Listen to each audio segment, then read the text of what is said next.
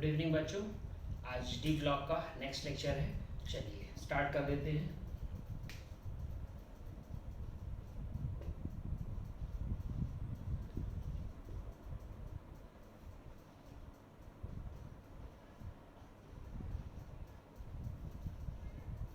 आपके माइंड में आ रही होगी बातें कि सर पूरा डी ब्लॉक क्यों नहीं लिख रहे हैं। पूरा डी ब्लॉक लास्ट लेक्चर में हमने लिख दिया था बच्चों, ठीक है। इनकी थोड़ी सी और बात करनी है तो लीजिए बात कर लेते हैं। अब इस ग्रुप से क्वेश्चन क्या पूछेगा बच्चों कि इसका यूज कैसे किया जाता है, ठीक है। मैं यहाँ पे मेंशन कर दे रहा हूँ, राइट। आज के लेक्चर में कुछ बातें थ्योरेटिकल भी हैं, तो कुछ बातों को आपको नोट भी करना पड़ेगा। तो मैं यहाँ पे लिख करके दे दूंगा, आप उसे नोट कर सकते हो, अपना नोट्स बना सकते हो। अच्छा, तो ये जो ग्रुप है बच्चों किस फॉर्म में यूज किया था, कैसे यूज किया जाता है, तो यूज्ड फॉर कैटलिस्ट के फॉर्म में यूज किया जाता है पहली बात, और हाइड्रोजिनेशन प्रोसेस में यूज होता है, ठीक है। तो used for hydrogenation, hydrogenation used for hydrogenation as catalyst, ठीक है ना। तो ये जो ग्रुप है निकेल, पैलेडियम और प्लेटिनम, ये हाइड्रोजिनेशन प्रोसेस में यूज किया जाता है, राइट। और हाइड्रोजिनेशन प्रोसेस में कैसे यूज किया जाता है, एज अ कैटलिस्ट यूज किया जाता है। और ऑर्गेनिक में आपने इसके लिए रिएक्शन पढ़ा होगा बच्चों, आपने एल्कीन लिया होगा, उसे एल्केन में कन्वर्ट किया होगा, या एल्काइन को एल्कीन में कन्वर्ट किया होगा हाइड्रोजन ऐड करके। उसी प्रोसेस को हाइड्रोजिनेशन प्रोसेस बोलते हैं बेटा। और उसमें जो कैटलिस्ट यूज किया जाता है वो यही यूज किया जाता है। याद करो, आपको ये कैटलिस्ट बहुत बार ऑर्गेनिक केमिस्ट्री में दिखाई दिए होंगे, ठीक है ना। तो ये क्वेश्चन पूछा जाता है कि कौन सी फैमिली यूज की जाती है हाइड्रोजिनेशन प्रोसेस में, तो ये फैमिली यूज की जाएगी। ओके, चलो इनकी थोड़ी सी बात कर लेते हैं। कॉपर, ठीक है ना, सिल्वर, राइट। तो ये जो फैमिली है बच्चों, ये कैसे यूज की जाती है, कॉपर, सिल्वर, गोल्ड, ये यूज की जाती है। इन्हें हम सब बहुत ही प्यार से क्वाइनीज मेटल बोलते हैं, ठीक है ना। तो ये लीजिए क्वाइनीज मेटल्स, ठीक है। क्वाइंस में यूज किए जाते हैं बच्चों ये, इसलिए इन्हें क्वाइनीज मेटल्स बोला जाता है। क्वाइंस में आपको मालूम ही है, कॉपर क्वाइंस सबने देखा है बच्चों, ठीक है। तो कॉपर का यूज किया जाता है उसमें। ओके, ये जो फैमिली है जिंक, कैडमियम, मरकरी फैमिली, इसे हम सब बोलते हैं स्यूडो ट्रांजिशन एलिमेंट, ठीक है। एलिमेंट्स स्यूडो ट्रांजिशन एलिमेंट्स, इसका मतलब ये फैमिली जो है जिंक, कैडमियम और मरकरी, ये ट्रांजिशन एलिमेंट नहीं होते हैं, इसलिए उन्हें क्या क्या बोलते हैं, स्यूडो ट्रांजिशन एलिमेंट या स्यूडो ट्रांजिशन फैमिली भी आप बोल सकते हो। तो ये 3 क्वेश्चन है बच्चों, राइट। छोटे छोटे क्वेश्चन से कभी कभार ये पूछे जा सकते हैं, राइट। और अक्सर इस चैप्टर से छोटे ही क्वेश्चन पूछे जाते हैं, इसलिए हमने इनके बारे में आपको डिस्कस कर दिया। चलिए ये ट्रांजिशन एलिमेंट के बारे में थोड़ा और हम डिस्कस करते हैं। मतलब यहाँ से एक बात पता चल गई, जिंक, कैडमियम और मरकरी जो है ये ट्रांजिशन एलिमेंट नहीं होते हैं, इस वजह से स्यूडो ट्रांजिशन एलिमेंट होते हैं। तो ट्रांजिशन एलिमेंट क्या होते हैं, ठीक है, उसकी भी हम बात करेंगे। ये ट्रांजिशन एलिमेंट नहीं है तो ट्रांजिशन एलिमेंट है क्या बच्चों, तो चलिए इसे हम हटा देते हैं यहाँ से। आप इसे आप सब नोट कर लीजिएगा ताकि आपका एक अच्छा नोट्स बन जाए बच्चों, ठीक है ना। ओके,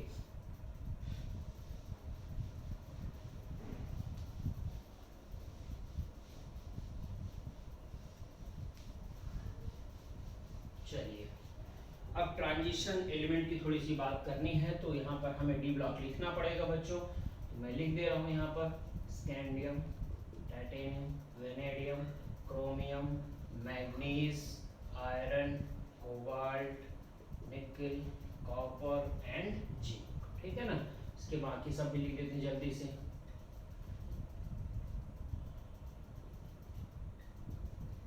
रेडियो एक्टिव को मैं नीचे मेंशन नहीं करूंगा।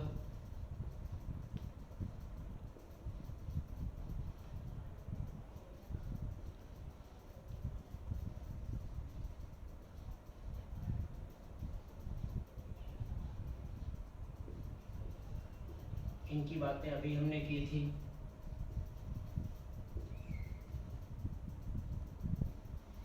ये लीजिए, चलिए तो अब ध्यान से देखिएगा बच्चों।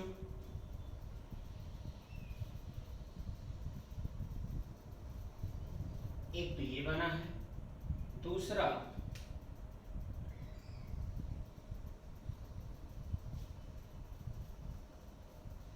ये, ठीक है। यहाँ मैं एक सेंटेंस लिख रहा हूँ, आप सब उसे देखिएगा, फिर उसके बारे में बात करेंगे हम लोग, ठीक है कि अभी ये क्या है अभी क्लियर होगा। यहाँ पहले मैं लिख दे रहा हूँ।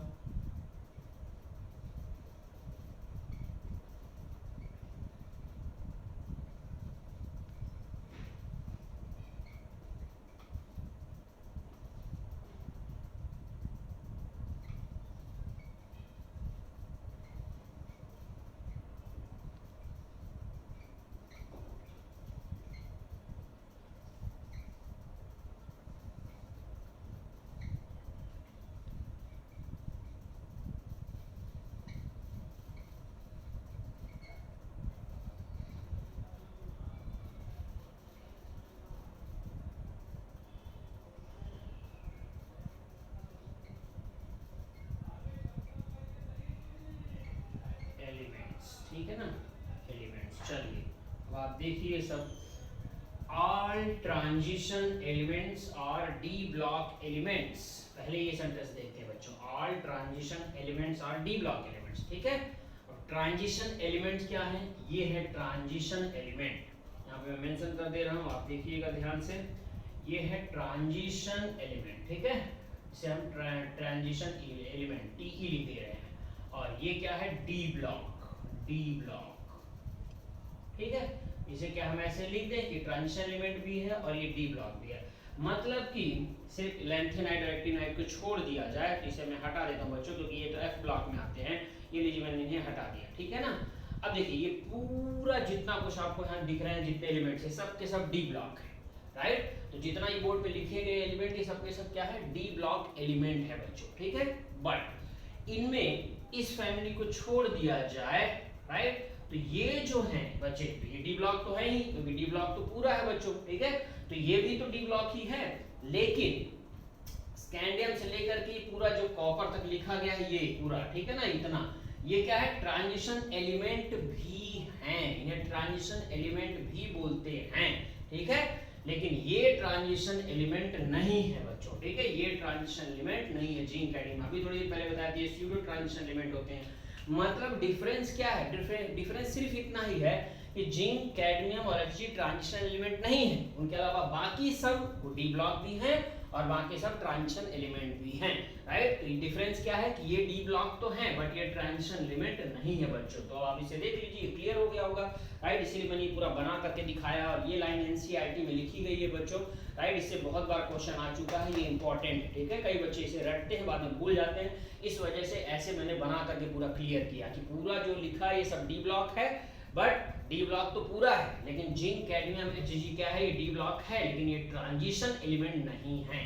ठीक है, अब क्वेश्चन उठता है कि व्हाई, ऐसा क्यों कि जिंक कैडमियम और Hg जो है ट्रांजिशन एलिमेंट नहीं है। उसका रीजन जो भी हम आपको बताएंगे। पहले आप देख लीजिए, all transition elements R D block element, ये सब ट्रांजिशन एलिमेंट है, तो ये डी ब्लॉक भी है, बिल्कुल सही है। But all D block element, ठीक है, डी ब्लॉक तो पूरा है, are not a transition element, बिल्कुल सही है कि सभी डी ब्लॉक ट्रांजिशन एलिमेंट नहीं है। Zinc cadmium Hg D block है बट ट्रांजिशन एलिमेंट नहीं है। तो आई थिंक ये आपको अच्छे से क्लियर हो गया होगा सबको बच्चों। ठीक है, बहुत बार यहाँ से क्वेश्चन पूछा गया, आप क्यों नहीं है, जिंक कैडमियम और Hg जो है वो डी ब्लॉक एलिमेंट तो हैं बट ट्रांजिशन एलिमेंट क्यों नहीं है बच्चों। तो इस वजह से, क्योंकि ट्रांजिशन एलिमेंट हम किसी एलिमेंट्स को तभी बोलते हैं जब उसके पास अनपेयर्ड इलेक्ट्रॉन हो। रिपीट कर रहा हूं बच्चों, ट्रांजिशन एलिमेंट हम तभी बोलते हैं जब एलिमेंट के पास ग्राउंड स्टेट पर, राइट, या न्यूट्रल कंडीशन में, ठीक है, कैसा हो, अनपेयर्ड इलेक्ट्रॉन हो, उसके डी ऑर्बिटल में अनपेयर्ड इलेक्ट्रॉन होना चाहिए। मालूम है इसके पास अनपेयर्ड इलेक्ट्रॉन होते हैं बच्चों, ग्राउंड स्टेट पर या न्यूट्रल स्टेट पे अनपेयर्ड इलेक्ट्रॉन। तो ये रीजन भी आप सब मेंशन कर लीजिएगा, क्योंकि रीजन भी पूछता है कि क्यों सभी डी ब्लॉक एलिमेंट जो है, ये लिखा ना, all D block elements are not a transition element, क्यों, इसका रीजन पूछता है। तो क्या बोलोगे, बिकॉज ट्रांजिशन एलिमेंट हम कब बोलते हैं, जब ग्राउंड स्टेट या न्यूट्रल स्टेट पर क्या होना चाहिए, अनपेयर्ड इलेक्ट्रॉन हो वैकेंट डी ऑर्बिटल में। तो डी ऑर्बिटल में अनपेयर्ड इलेक्ट्रॉन इनके पास होते हैं, इसलिए ट्रांजिशन एलिमेंट है। इनके पास, जिंक कैडमियम Hg के पास अनपेयर्ड इलेक्ट्रॉन नहीं होता बच्चों। क्यों नहीं होता, आप सबको मालूम है कि अगर जिंक का इलेक्ट्रॉनिक कन्फिगरेशन लिखोगे, आउटर मोस्ट इलेक्ट्रॉनिक कन्फिगरेशन, तो 3d10 4s2 आता है। तो देख लीजिए पूरा का पूरा d भी 10 है, मतलब पूरा फुलफिल्ड है बच्चों, और s ऑर्बिटल भी पूरा भरा हुआ है, तो फुलफिल्ड है, ये मालूम है। ये कैसा बच्चों, फुलफिल्ड है। और फुलफिल्ड होने की वजह से ये ट्रांजिशन एलिमेंट नहीं कहलाते हैं, क्योंकि ट्रांजिशन एलिमेंट हम किसको तभी बोलेंगे जब ये d ऑर्बिटल कैसा हो, खाली हो बच्चों, तो हम उसे बोलेंगे ट्रांजिशन एलिमेंट। इसका भरा हुआ है डिजीजिंग का, इसलिए ट्रांजिशन एलिमेंट नहीं होते, इसीलिए इन्हें स्यूडो ट्रांजिशन एलिमेंट बोल दिया जाता है। लेकिन अब सबको क्लियर हो गया होगा। इस पे इतना जोर मैंने क्यों दिया, क्योंकि यहाँ से बहुत बार क्वेश्चन आया हुआ है बच्चों, ठीक है। आई थिंक अब आप सबको ये क्लियर हो गया होगा। चलिए इसे अब हम रिमूव कर देते हैं, ठीक है ना। ओके, तो इसे आप सब नोट कर लीजिएगा बच्चों, राइट, क्योंकि ये क्वेश्चन है। हटा दिया जाए इसे अब ना। ओके, चलिए इसके बाद अब हम प्रॉपर्टीज की बात करेंगे। किसकी बात करेंगे बच्चों, प्रॉपर्टीज की। तो चलिए प्रॉपर्टीज पढ़ लिया जाए थोड़ा सा, इसे हटा दिया जाए। प्रॉपर्टीज से भी क्वेश्चन आते हैं। चलिए प्रॉपर्टीज की बात करनी है, तो डी ब्लॉक की प्रॉपर्टीज क्या है, ठीक है, ध्यान से देखिएगा बच्चों। डी ब्लॉक के जो प्रॉपर्टीज है बच्चों, ठीक है, इसमें सबसे पहले हम बात करेंगे फर्स्ट प्रॉपर्टी, वो है एटॉमिक रेडियाई, ठीक है, एटॉमिक रेडियाई, एटॉमिक रेडियस, इसकी बात करेंगे हम लोग, ठीक है ना। अब एटॉमिक रेडियस क्या होता है, कैसे चेंज होता है, राइट। इन जनरली आप सब ने सुना होगा कि पीरियोडिक टेबल में लेफ्ट टू राइट मूव करने पर एटॉमिक रेडियस क्या होता है, डिक्रीज होता है, घटता है, साइज डिक्रीज होता है, साइज घटता चला जाता है बच्चों। ये जनरल ट्रेंड है और ये आप सबको मालूम होता है, ये जनरल ट्रेंड, ठीक है ना, कि अगर पीरियोडिक टेबल में लेफ्ट टू राइट हम मूव करें, मींस एक पीरियड में मूव करें बच्चों ऐसे, राइट, तो साइज क्या होता जाता है, घटता चला जाता है, ठीक है। ये जनरल ट्रेंड है, बट ये ऑलवेज ऐसा नहीं होता बच्चों, ठीक है, और डी ब्लॉक में खास करके नहीं होता, इसलिए यहाँ से क्वेश्चन बनता है, इसलिए यहाँ पे पढ़ना पड़ता है, इंपॉर्टेंट है, ठीक है। चलिए देखिएगा बच्चों, बहुत ध्यान से देखिएगा सब लोग, मैं यहाँ पे पूरा लिख रहा हूँ। स्कैंडियम, ये titanium, vanadium, chromium, manganese, iron, cobalt, निकल, कॉपर और जिंक, ठीक है। तो स्कैंडियम से लेकर के और क्रोमियम तक, यहाँ तक नॉर्मल ट्रेंड है। कौन सा ट्रेंड है बच्चों, नॉर्मल ट्रेंड, ठीक है, नॉर्मल ट्रेंड। ऐसे क्यों लिखा मैंने, ताकि आपके माइंड में फीड हो जाए, आपको भूले ना, ठीक है ना। लेकिन नॉर्मल ट्रेंड सबको पता होता है। नॉर्मल ट्रेंड का मतलब लेफ्ट टू राइट मूव करने में क्या होता है, साइज डिक्रीज होता है, तो साइज डिक्रीज होगा, मतलब स्कैंडियम का साइज बड़ा होगा, इसका टाइटेनियम का और छोटा होगा, वेनेडियम का और छोटा, क्रोमियम का और छोटा, नॉर्मल ट्रेंड। अब इसके नीचे मैं लिख दे रहा हूँ, कैसा होगा बच्चों, डिक्रीज होगा, ठीक है। तो ये लीजिए डिक्रीजेस, ठीक है, डिक्रीजेस। अब कभी कभी इसका रीजन भी पूछता है कि क्यों स्कैंडियम से लेकर के क्रोमियम तक एटॉमिक रेडियाई डिक्रीज होता है, उसका रीजन पूछता है बच्चों। तो रीजन क्या होगा इसका, ड्यू टू, ठीक है, क्या होगा यहाँ पर, effective nuclear charge is greater then, effective nuclear charge is greater then screening effect. Screening effect या शील्डिंग इफेक्ट भी इसको बोलते हैं बच्चों, आपने नाम सुना होगा, स्क्रीनिंग इफेक्ट या शील्डिंग इफेक्ट, ठीक है ना। ओके, तो ये अगर रीजन पूछेगा तो रीजन भी यहाँ पता होना चाहिए, इसीलिए मैं रीजन के साथ आपको चीजें बता रहा हूँ, ठीक है। तो क्या पता चला हमें बच्चों यहाँ से, स्कैंडियम, टाइटेनियम, वेनेडियम और क्रोमियम तक नॉर्मल ट्रेंड है एटॉमिक रेडियस का। नॉर्मल ट्रेंड का मतलब है साइज डिक्रीज होता चला जाएगा, ठीक है। स्कैंडियम का साइज बड़ा रहेगा, टाइटेनियम का और छोटा, वेनेडियम का और छोटा, क्रोमियम का और छोटा, तो डिक्रीज होगा बच्चों, ठीक है ना।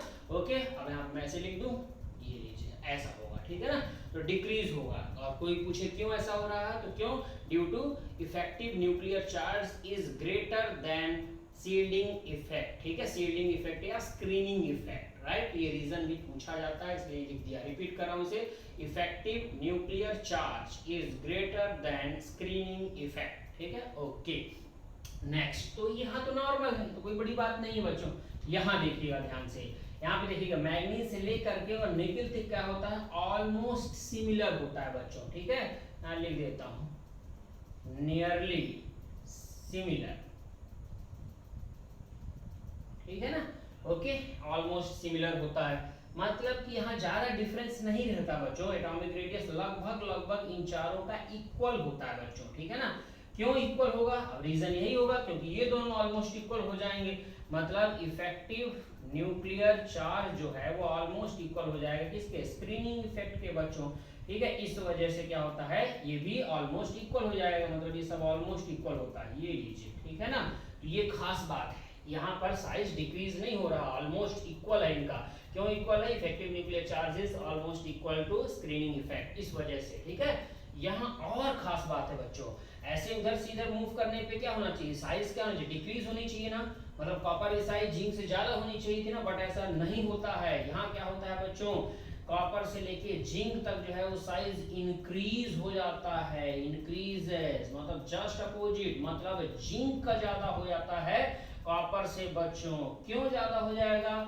अगर यहाँ डिक्रीज है तो उसका रीजन ये है, यहाँ इंक्रीज है तो इस रीजन का इसका अपोजिट होगा ना यहाँ पर, इसका मतलब यहाँ स्क्रीनिंग इफेक्ट ज्यादा हो जाता है। किससे?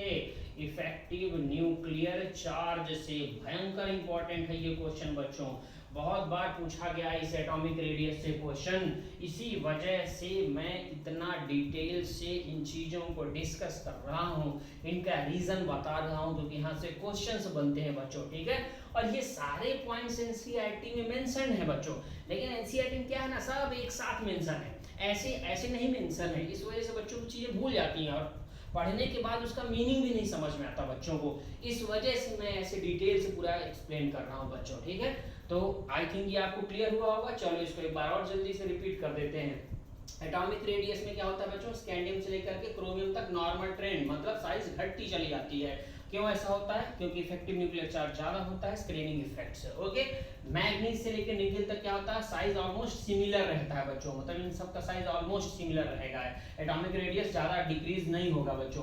क्यों ऐसा? क्योंकि effective nuclear charges almost equal to screening effect होता है। कॉपर और जिंक में नॉर्मल अगर आप सोचोगे बच्चों, तो नॉर्मल सोचोगे तो क्या लगता है आपको कि कॉपर का साइज ज्यादा होना चाहिए जिंक से, क्योंकि लेफ्ट टू राइट मूव करने पे साइज घटता है, ऐसा नॉर्मल लगता है आपको, बट ऐसा होता नहीं है, याद रखिएगा, ये बहुत बार क्वेश्चन पूछा गया बच्चों। ठीक है, जिंक का एटॉमिक रेडियस ज्यादा होता है कॉपर से बच्चों, राइट? क्यों ऐसा होता है? रीजन अगर कोई पूछे तो, क्योंकि स्क्रीनिंग इफेक्ट ग्रेटर हो जाता है इफेक्टिव न्यूक्लियर चार्ज से, इस वजह से जिंक का साइज जब बढ़ जाता है किससे? कॉपर से। आई थिंक अब आपको क्लियर हो गया होगा, तो ये भयंकर इंपॉर्टेंट है बच्चों। ठीक है ना, इस पे स्टार लगा लीजिएगा, इंपॉर्टेंट है ये। ओके, चलिए इसके बाद हम नेक्स्ट पॉइंट की बात करेंगे। चलिए, तो इसे हटा दिया जाए यहाँ से। लेकिन आपने अगर ध्यान से एनसीईआरटी देखा है बच्चों, तो एनसीईआरटी में इसका एक ग्राफ भी बना हुआ है, तो मे भी अगर ग्राफ से क्वेश्चन दे दिया जाए तो जो चीजें मैंने अभी आप सबको एक्सप्लेन की वही चीज ग्राफ के थ्रू रिप्रेजेंट की गई बच्चों। तो चलिए, कई बच्चों को लगता है कि ग्राफ नहीं बताया सर ने, तो हम उसकी भी थोड़ी सी बात कर लेते हैं। ठीक है ना, ओके, जो चीजें मैंने यहाँ सिखाई है वही है, यहाँ एक बार मेंशन भी कर दे रहा हूँ। यहाँ पर क्या लिखा था मैंने? डिक्रीजेस लिखा था बच्चों। यहाँ पे क्या लिखा था? ऑलमोस्ट सिमिलर, या नियरली सिमिलर, एक ही मतलब है। ठीक है, यहाँ पर क्या था? इंक्रीजेस, ये लीजिए। ओके, चलिए देखिए एनसीईआरटी ने कैसा बनाया है। इधर क्या होगा? Increasing atomic number. ठीक है, इस एक्सिस पे इसमें क्या है बच्चों? चलो इधर मैं ऐसे लिख दे रहा हूँ। ठीक है ना, एटॉमिक या metallic radius,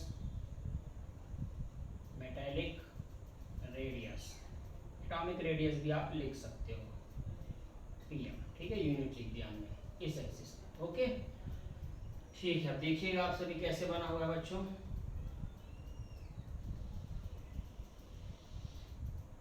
okay,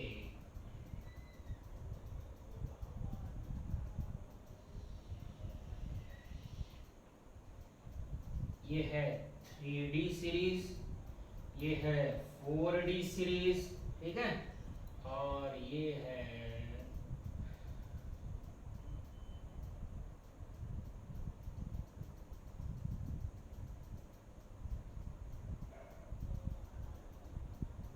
5D series, ये है 5D सीरीज। ठीक है ना, ओके, आप देख लीजिए ऐसा एनसीईआरटी में बना हुआ है बच्चों। यहाँ वैल्यू लिखी है, उससे मतलब नहीं है आपको, बस इस चार्ट का कंक्लूजन क्या निकलता है बच्चों, कंक्लूजन यही निकलेगा। आप देखिए, ये है 3D सीरीज, 3D सीरीज मतलब इसी की बात हो रही है, स्कैंडियम वाले ग्रुप की बात हो रही है बच्चों।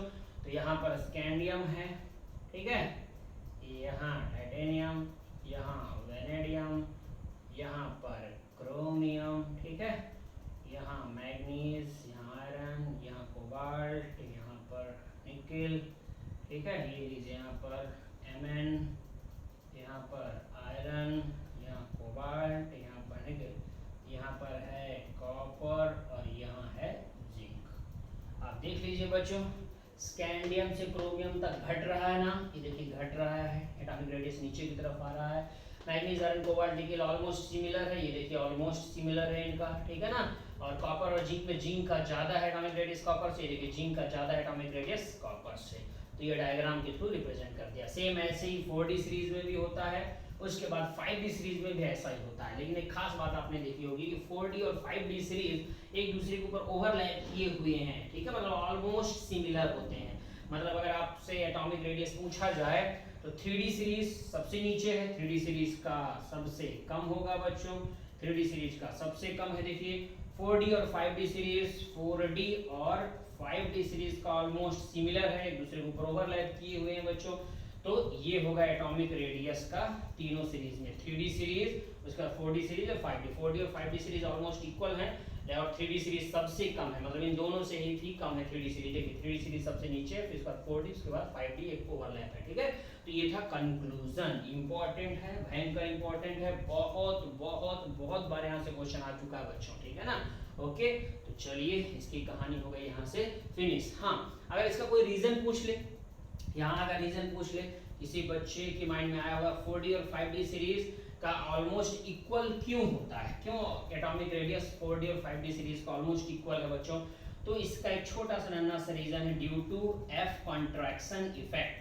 Due to F contraction effect, यहाँ मेंशन कर दे रहा हूँ, F कॉन्ट्रैक्शन इफेक्ट, ठीक है। तो जो 4D और 5D, इसके बारे में बहुत ज़्यादा सोचने की जरूरत नहीं है। इसका मीनिंग क्या है बच्चों, 4D और 5D सीरीज के जो एलिमेंट होंगे उनका f ऑर्बिटल जो होगा बच्चों, f ऑर्बिटल क्या होता है, कंट्रैक्ट कर जाता है, इस वजह से उनका ऑलमोस्ट इक्वल हो जाता है बच्चों। तो due to f contraction effect, इस रीजन को याद रखिए। मान लीजिए अगर कभी रीजन पूछता है तो जिस ऑप्शन में f कॉन्ट्रैक्शन इफेक्ट होगा उसे आप टिक कर दोगे, इस वजह से दोनों का ऑलमोस्ट इक्वल होता है, ठीक है। अब आप यहाँ से 100% परफेक्ट हो गए बच्चों किसके मामले में, एटॉमिक रेडियस के बारे में, ठीक है। जब भी क्वेश्चन पूछेगा तो इन्हीं में से कोई ना कोई क्वेश्चन पूछेगा, तो ये इंपॉर्टेंट है, इसलिए इतना डिटेल से मैंने इसे डिस्कस कर दिया बच्चों, ठीक है। आई थिंक ये फिनिश हो गया। चलिए इसके बाद अब हम नेक्स्ट पॉइंट की बात करते हैं। चलिए इसे हटा दिया जाए पहले, फिर नेक्स्ट पॉइंट की बात करेंगे। अभी नेक्स्ट प्रॉपर्टी है बच्चों आयोनाइजेशन एनर्जी, ठीक है। तो आयोनाइजेशन एनर्जी की भी बात कर दें। चलिए देखिए ध्यान से, आयोनाइजेशन एनर्जी, आयोनाइजेशन एनर्जी या आयोनाइजेशन पोटेंशियल भी से बोलते हैं बच्चों, ठीक है।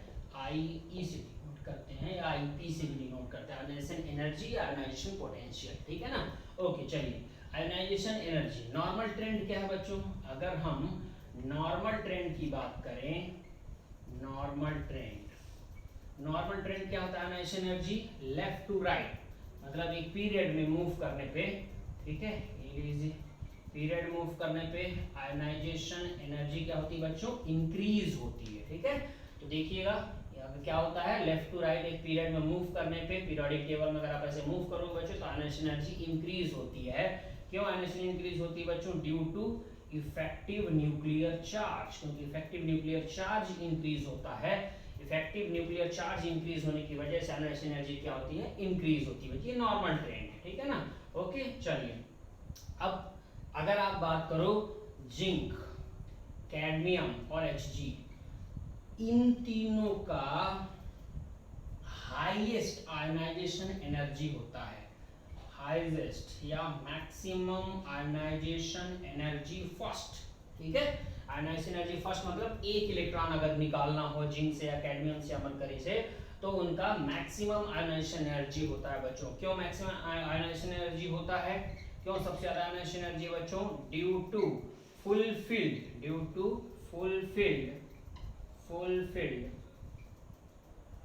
डी ऑर्बिटल या ऑर्बिटल्स भी आप ड्यू टू फुलफिल्ड ऑर्बिटल्स भी आप बोल सकते हो, ठीक है ना। कौन सा ऑर्बिटल होता है, डी भी फुलफिल होता है, 3d10 होता है बच्चों, और 4s2 होता है अगर जिंक की बात कर दें तो, ठीक है ना। तो देखो डी भी फुलफिल्ड है और एस भी फुलफिल्ड है बच्चों। तो फुलफिल्ड होने की वजह से इलेक्ट्रॉन निकालना आसान काम नहीं है, जो बहुत ज्यादा एनर्जी दोगे तब इलेक्ट्रॉन निकलना पसंद करेगा, इसलिए उसकी आयनस एनर्जी फर्स्ट जो होती है क्या होती है, मैक्सिमम होती है बच्चों। तो ये क्वेश्चन पूछा जा सकता है, ठीक है ना। ये आयनस एनर्जी फर्स्ट की बात हमने की। चलो आयनस एनर्जी सेकेंड की बात करते हैं। नेक्स्ट पॉइंट, इसे हटा देते हैं यहाँ से, ठीक है ना, इसे हटा दिया जाए। आयनाइजेशन एनर्जी सेकेंड की बात करें तो आयनाइजेशन एनर्जी सेकेंड, ठीक है। आयनाइजेशन एनर्जी सेकेंड में क्रोमियम की ज्यादा होती है किससे बच्चों, मैग्नीज से, एंड कॉपर की ज्यादा होती है किससे, जिंक से बच्चों। कौन सा, आयनाइजेशन एनर्जी सेकेंड मतलब सेकेंड इलेक्ट्रॉन जब निकालना होगा तो क्रोमियम की ज्यादा होगी मैग्नीज से, ऐसे ही कॉपर की ज्यादा होगी किससे, जिंक से। क्यों बच्चों, क्रोमियम की ज्यादा क्यों होगी, क्योंकि आपको मालूम है अगर सेकंड इलेक्ट्रॉन निकालना होगा तो ये फुलफिल रहेगा, राइट। इस वजह से सेकंड इलेक्ट्रॉन आसानी से नहीं निकालेगा। तो ये क्वेश्चन पूछा जा सकता है आपसे, ये इंपॉर्टेंट है, ये बहुत बार क्वेश्चन पूछा गया है बच्चों, ठीक है। तो ये लीजिए, इस पे ये इंपॉर्टेंट है, बहुत बार पूछा गया है। अनसेकेंडरी सेकंड, क्रोमियम की ज्यादा मैग्नीज से और कॉपर की ज्यादा होती है जिंक से, ठीक है। ओके, एक और एनसीईआरटी में पॉइंट मेंशन है बच्चों निकेल और प्लेटिनम के लिए, उसकी भी हम बात कर लेते हैं यहाँ पर। चलिए ध्यान से देखिएगा बच्चों सब लोग, हम सबको मालूम है Ni2+ और Pt2+, इन दोनों में मोर स्टेबल कौन होता है बच्चों, ये ज्यादा स्टेबल होता है, ठीक है ना। ओके, क्योंकि इसके इलेक्ट्रॉनिक कॉन्फ़िगरेशन की वजह से। ऐसे ही Ni अगर 4+ और Pt4+ बात करें तो Pt4+ मोर स्टेबल होता है, ठीक है। तो ये अगर कभी पूछ लिया जाए, मान लीजिए क्वेश्चन कभी पूछ लिया गया थर्मोडायनेमिकली, ठीक है ना, ये लीजिए। ओके, तो अगर आपसे कभी क्वेश्चन पूछा जाए बच्चों कि Ni2+ और Pt2+ में which one is more stable, तो क्या बोलोगे, Ni2+ is more stable due to electronic configuration. और Ni4+ और Pt4+ में कौन ज्यादा स्टेबल होता है, Pt4+ is more stable, okay. और ये कैसे स्टेबल होता है, थर्मोडायनेमिकल स्टेबल होते हैं, ओके। चलिए, तो ये हो गया आयनाइजेशन एनर्जी की बात हमने, ठीक है ना। चलो नेक्स्ट पॉइंट की बात करते हैं, ठीक है। तो इसे क्लीन कर दिया जाए। अब बात कर लेते हैं हम लोग हीट ऑफ एटोमाइजेशन की बात कर लेते हैं बच्चों, ठीक है ना। तो हीट ऑफ एटोमाइजेशन बहुत आसान है और उसी से रिलेटेड है मेल्टिंग पॉइंट, इसकी भी बात कर लेंगे हम लोग इसी में। हीट ऑफ एटोमाइजेशन, चलिए हीट ऑफ एटोमाइजेशन है क्या बच्चों, जैसे कोई मॉलिक्यूल है, उस मॉलिक्यूल को ब्रेक कर दिया जाए, तोड़ दिया जाए उसके एटम्स में, ठीक है ना, कट करके उसे ब्रेक कर दिया है तो एटम्स बन जाते हैं बच्चों, तो वो हीट ऑफ एटोमाइजेशन है, ठीक है ना, उसी में जो एनर्जी होगी। चलिए अब देखिएगा जल्दी से, हीट ऑफ एटोमाइजेशन जो है बच्चों, हीट ऑफ एटोमाइजेशन किससे रिलेटेड है या किसके लगभग इक्वल होता है, मेल्टिंग पॉइंट के जैसा ही होता है, मतलब मेल्टिंग पॉइंट से रिलेट रहता है बच्चों, ठीक है ना, मेल्टिंग पॉइंट के जैसा ही होता है, मेल्टिंग पॉइंट पे डिपेंड करता है हीट ऑफ एटोमाइजेशन, ओके। कैसे पता चलता है हमें किसका हीट ऑफ एटोमाइजेशन ज्यादा होगा, जिसके पास अनपेयर्ड इलेक्ट्रॉन ज्यादा होंगे, अनपेयर्ड इलेक्ट्रॉन्स मैक्सिमम, जिसके पास अनपेयर्ड इलेक्ट्रॉन मैक्सिमम होंगे उसका हीट ऑफ एटोमाइजेशन ग्रेटर होगा, तो directly proportional to heat of atomisation. ये लीजिए, चीजें आपके लिए आसान कर दिया मैंने। तो maximum number of unpaired electron, जितना अनपेयर्ड इलेक्ट्रॉन ज्यादा होंगे उतना हीट ऑफ एटोमाइजेशन होगा। इसी वजह से अगर पूछा जाए कि 3D सीरीज में किसका हीट ऑफ एटोमाइजेशन मैक्सिमम होगा बच्चों, तो क्या आंसर जाएगा, chromium maximum heat of atomisation. क्यों, क्योंकि क्रोमियम का क्या होता है 3d5 4s1, टोटल कितने अनपेयर्ड इलेक्ट्रॉन हो गए, 6 अनपेयर्ड इलेक्ट्रॉन्स हो गए, 6 अनपेयर्ड इलेक्ट्रॉन्स, ठीक है ना, ओके। इस वजह से क्रोमियम के पास, कई बच्चों को लगता है मैग्नीज के पास अनपेयर्ड इलेक्ट्रॉन क्रोमियम के जितना नहीं होते। क्रोमियम का क्या होता है 3d5 4s1, तो 5 और एक 6 अनपेयर्ड इलेक्ट्रॉन है। इस वजह से 3D सीरीज में, 3D सीरीज बोलना जरूरी है क्योंकि क्रोमियम की बात हो रही है 3D सीरीज में, तो क्रोमियम का मैक्सिमम हीट ऑफ एटमाइजेशन होगा, ठीक है ना। अगर 3D 4D और 5D सीरीज तीनों में कंपेयर कर ले बच्चों, तो क्रोमियम ये देखिए क्रोमियम ग्रुप का ही होना चाहिए, राइट। तो क्रोमियम, उसके बाद मैग्नीज, ये लीजिए, ठीक है ना, ओके। अब देखिए क्रोमियम का मॉलिब्डेनम आ गया, उसके बाद टंगस्टन आ गया, तो इसी ग्रुप का मैक्सिमम होगा। 3D सीरीज में ये ज्यादा होगा, 4D सीरीज में ये होगा और 5D सीरीज में ये होगा बच्चों, ठीक है। तो सबसे ज्यादा अगर आपसे पूछ लिया जाए 3D सीरीज में मैक्सिमम हीट ऑफ एटमाइजेशन तो क्रोमियम बोलोगे, 4D सीरीज में मैक्सिमम हीट ऑफ एटमाइजेशन तो मॉलिब्डेनम, और 5D सीरीज में मैक्सिमम हीट ऑफ एटमाइजेशन पूछेगा तो टंगस्टन बोलोगे आप लोग, ठीक है। ये क्वेश्चन क्लियर हुआ।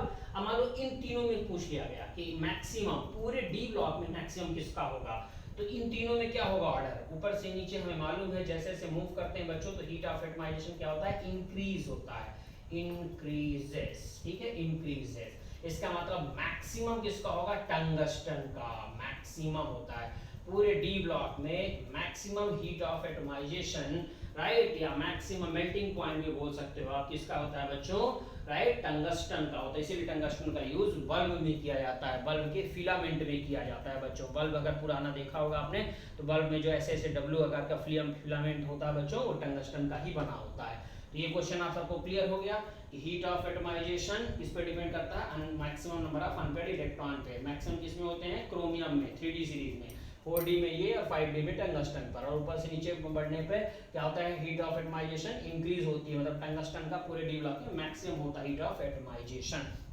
सेम ऐसे ही मेल्टिंग पॉइंट का भी यही क्वेश्चन है बच्चों। मेल्टिंग पॉइंट भी किस पे डिपेंड करता है बच्चों, नंबर ऑफ अनपेयर्ड इलेक्ट्रॉन्स पर ही डिपेंड करता है, ठीक है ना। अभी 3D 4D और 5D सीरीज में अगर पूछा जाए तो क्या होगा, सबसे ज्यादा 5D सीरीज का, उसके बाद 4D सीरीज का, उसके बाद 3D सीरीज का होता है बच्चों, ठीक है। आई थिंक चीजें आप सबको क्लियर हो गई होंगी, राइट। चलिए आज के लेक्चर के लिए इतना काफी था, अच्छे से पढ़ते रहिए, बिंदास रहिए बच्चों, ठीक है ना। ओके बच्चों, थैंक यू।